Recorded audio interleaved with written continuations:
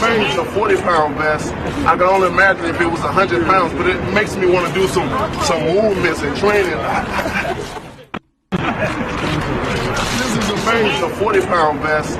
I can only imagine if it was 100 pounds, but it makes me want to do some movements and training.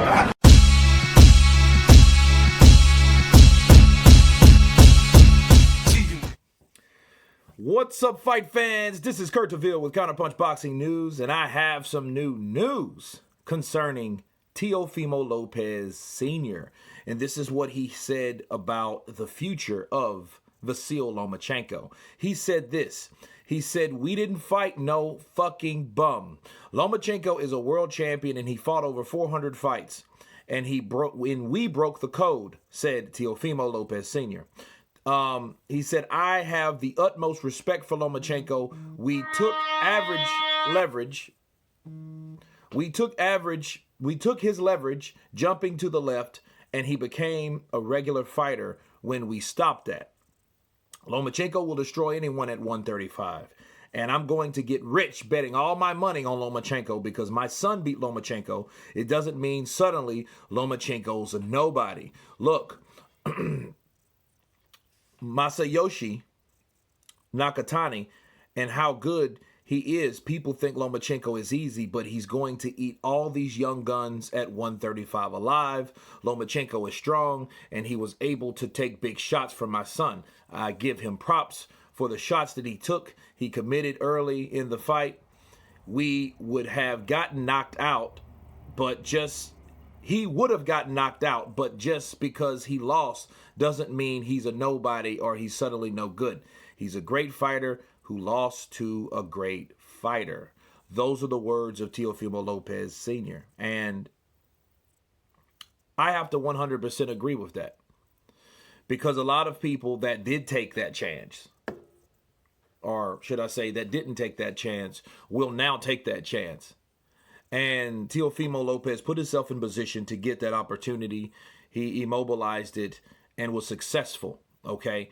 And a lot of fighters now are going to look at Lomachenko's damaged goods and they're going to go ahead and take the fight.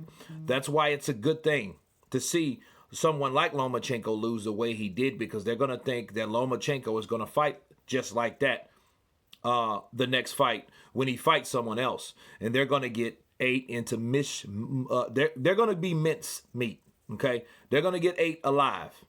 And he's absolutely right. And he should bet, against those other fighters, especially like the only person that I really give him a lot of opportunity. Well, it's going to be a lot of good fights, but I still see him beating Tank Davis because I looked at Tank's power. Tank has awesome power, but you know something? His skill set doesn't match his power. I think his power is the motivator. Okay, that's something you need to worry about when you're talking about someone like Tank Davis. But skill-wise, no. Being a southpaw also, he's going to get eaten alive. Why? Because he doesn't really have the reach. He doesn't have the height. He doesn't have all those advantages that someone like Luke Campbell would have on Lomachenko, so he would have to fight to get inside. Lomachenko would destroy Tank Davis right now. Why? Because Tank Davis is a guy that was relying on one punch, the left uppercut, and he landed it a couple times, and the last time he landed it was the last time he needed to land it, because he knocked Leo Santa Cruz into 2021. However, I seen the times that Leo Santa Cruz was able to elude and block and deflect that left uppercut. Okay, and it was the 6th or 7th round when he finally caught him and put him to sleep. But he was still able to defend. Lomachenko won't get hit with any of those punches, but because by the time the 6th round comes, I'm telling you, by the time the 6th round comes, people, he will be destroyed.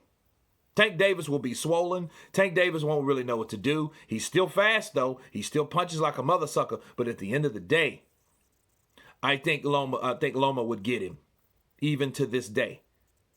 Because you have to remember something. It ain't like Loma looked old. Loma was in there with a big, crafty guy that fought with a Philly shell defense. And he was very hard. And that guy started early. I don't know what the hell was wrong with Lomachenko. That's another video. And I'm about to load on you guys. But I think that Lomachenko would beat these guys. Ryan Garcia would be good because he has speed, and he's also tall like Luke Campbell was. Okay, so I think that would be a pretty good challenge for Lomachenko. That's a great fight. Devin Haney, of course, is always a great fight for Lomachenko. You know, those guys. But, you know, so you're looking at those type of fighters and those type of fights, and they can be made, and they should be made. Okay?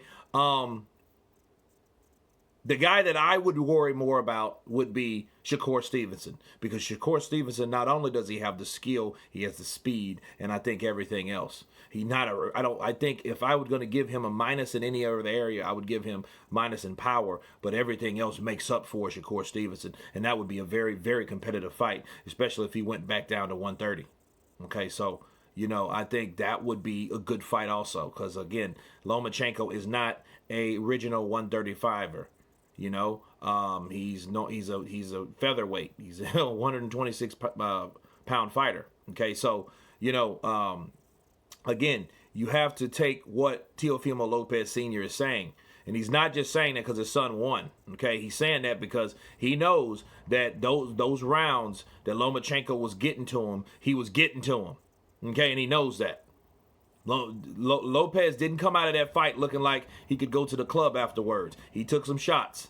Okay, he got blitzed on a few times. Okay, so, you know, you got to take it for what it is.